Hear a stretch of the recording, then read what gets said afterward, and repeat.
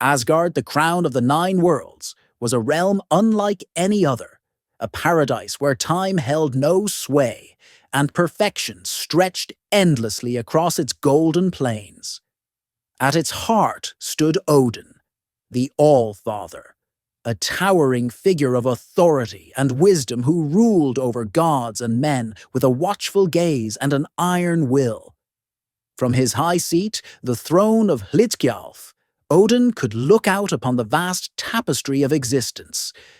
The nine worlds unfolded before him like a painting, their stories and secrets laid bare under the intensity of his single, all-seeing eye. Odin's presence was commanding. He was not the bulkiest of warriors nor the most physically imposing, but his aura of power surpassed all. On his broad shoulders perched Hugin and Munin, his ever-faithful ravens. Their names meant thought and memory, and they flew far each day, bringing back the whispered truths of the realms. They were more than companions. They were extensions of Odin's will. And the All-Father was more than well-adorned for his mighty status. In Odin's hand was his famed Gungnir, an unerring spear forged by the dwarves that always found its mark. Draped on his finger was Draupnir, a golden ring of unparalleled beauty and significance. Every 9 nights, Draupnir spawned 8 identical rings, a reminder of Odin's dominion over fertility, prosperity, and endless potential. At his feet rested Geri and Freki, wolves of mythic stature. Their eyes gleamed with a predatory light, their bodies poised and powerful.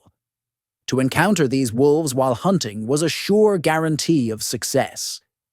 Yet Odin's domain extended beyond the tangible. His name, derived from the old tongue, meant wind, a force that could be gentle one moment and destructive the next.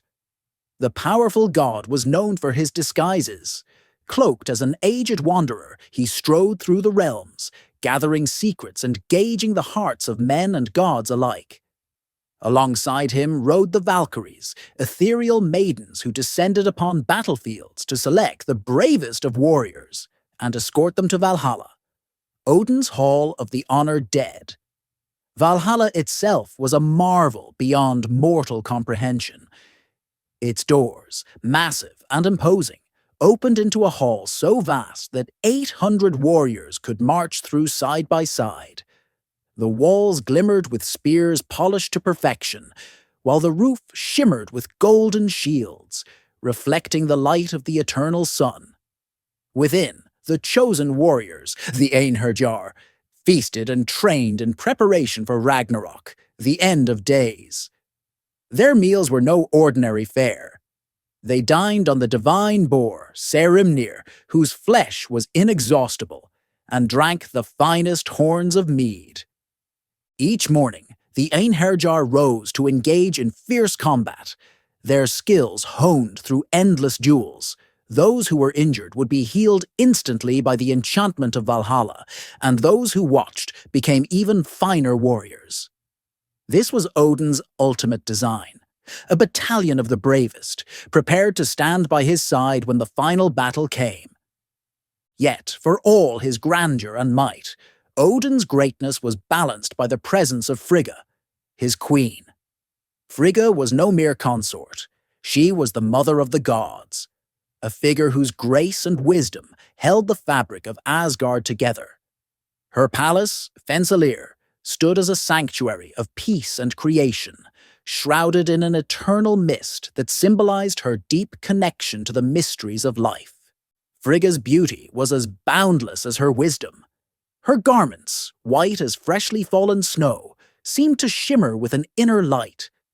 Together, Odin and Frigga ruled a land that knew no strife. Asgard was a place where each day unfolded with renewed splendor, where the sun never burned too fiercely and the nights were always gentle. Its fields were lush, its rivers clear, and its air filled with the melodious songs of birds. However, Frigga took immense pride in her appearance, something the later Christians would consider to be a sin, but which the Vikings understood and indeed encouraged. One day, she spied a splendid golden ornament that had been fastened to a statue of her husband and developed a strong yearning for it. On one moonless night, Frigga made her move. Slipping through the shadows, she approached the statue, reached out, wrapped her fingers around the ornament, and made away with soft steps. Wasting no time, Frigga sought out the dwarves, the master craftsmen whose skill could turn the rawest of materials into works of unparalleled artistry. She entrusted them with the golden ornament and commanded them to fashion it into a necklace so exquisite that no mortal or god could resist its allure. The dwarves, eager to please the goddess, worked tirelessly, their hammers ringing in rhythmic harmony deep within their secret forges. When the necklace was complete, its beauty was beyond anything Frigga had imagined. Even Odin himself was captivated, his gaze lingering on her with renewed admiration. He lavished her with gifts and affection, his love rekindled as though by magic. But he wasn't the father of all gods for nothing. He soon noticed the missing ornament and swore to find and punish the thief. Summoning the dwarves, he demanded answers. But the dwarves, loyal to Frigga even under the threat of Odin's wrath, refused to speak. But Odin was determined to uncover the truth. And so he called upon ancient magic and enchanted the statue with a rune that would bring it to life by morning, so it could reveal the identity of the thief. Now this was a terrible predicament for Frigga. She knew that the truth, if revealed, would disgrace her, and chances were high that she might even be expelled from Asgard. Desperate and fearful, she turned to her trusted attendant, Fulla, who immediately set out to find a solution. It was not long before Fulla returned with a dwarf with a reputation for cunningness. Although his appearance was grotesque, his mind was sharp as a blade. He agreed to help Frigga, but under one condition: that she grant him a favor. What favor? That Frigga would kindly smile upon the dwarf, so it could experience the glory of her charm for a moment. The deal was quickly done, and the dwarf set about his work.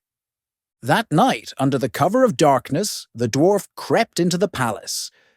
First, he used some powerful magic to knock out the guards Odin had placed to guard the statue before shattering it into pieces. Odin's fury was unmatched when he saw what had become of the statue. His anger reverberated through the halls of Asgard, shaking even the most stalwart of its inhabitants. In his rage, Odin abandoned the realm, withdrawing his blessings and leaving the land to the mercy of winter's icy grip. Rivers froze in their beds, fields lay barren beneath layers of snow, and the skies turned a sullen grey. Frost giants, sensing the absence of the All-Father's power, crept into the realm, their presence spreading fear and despair. For 7 months, Asgard languished in desolation.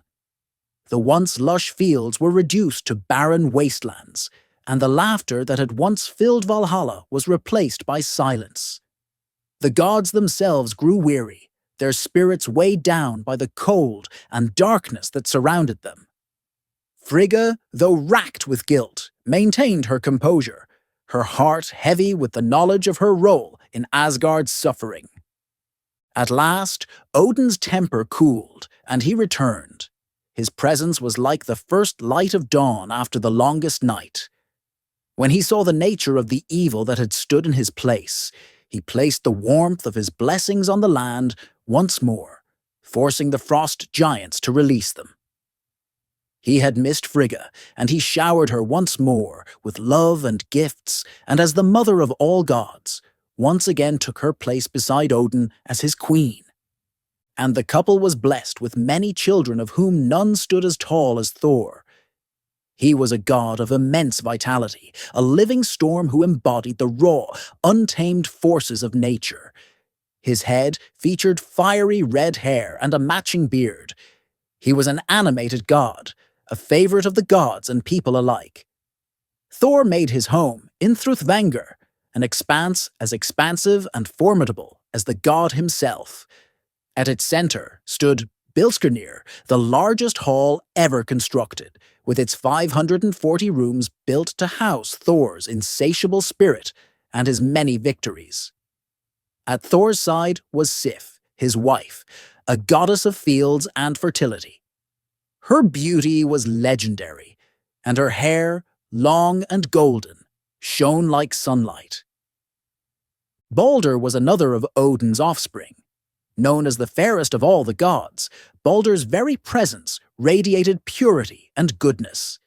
His skin glowed faintly like the light of the moon, and his heart held no malice, not even for his enemies. Balder resided with his wife, Nanna, in Breidablik, a place as serene and untainted as the god himself. Hodur was Odin's third son and Balder's twin. He was a quiet figure, blind yet content. While his brother represented the light, Hodur embodied darkness, but not in a sinister way. For that darkness had no real place in Asgard, and it was kept in check by the forces of goodness. Another son of Odin was Tyr, the god of martial honor and courage. Tyr's bravery was unparalleled, and his presence on the battlefield was both a rallying cry for allies and a harbinger of doom for foes. Though he had no fixed palace, he was a welcome figure in Valhalla, and the council hall of Gladsheim marked him as one of Asgard's most revered figures. Since he was the god of the sword, every sword had his rune symbolically carved into its handle. Another of Asgard's great inhabitants was Heimdall, the ever-watchful sentinel of the gods. Known as the White God, Heimdall was not the son of Odin and Frigga, but was said to have been born of 9 mysterious sisters who bore him together at the same time. Heimdall dwelled beside the Bifrost Bridge outside Asgard, where he stood as the first line of defense against any who might threaten the realm. Heimdall slept with one eye open and both ears attuned, a silent guardian whose vigilance ensured Asgard's safety. In these golden years, Asgard brimmed with life and wonder. Its halls echoed with laughter and song, its skies were alive with the light of the gods, and its fields stretched endlessly, vibrant and untouched. The gods and goddesses lived in peace, each in their grand palaces, raising families whose stories would one day rival their own. But even in paradise, there was a serpent. Loki, a figure of unmatched cunning and guile, moved through Asgard like a shadow that refused to be banished. Some whispered that he was Odin's brother, while others insisted he was a stranger to the All-Father's bloodline. Whatever the truth, Loki's nature was undeniable. He was the embodiment of trickery and deceit, a mischief-maker whose schemes often brought trouble to the gods and turmoil to their serene realm. Though his actions would one day lead to great chaos, for now they lingered at the edges of Asgard's golden glow, a reminder that even the brightest light harbors shadows. If you have enjoyed this video, make sure to smash the like button and subscribe for more content.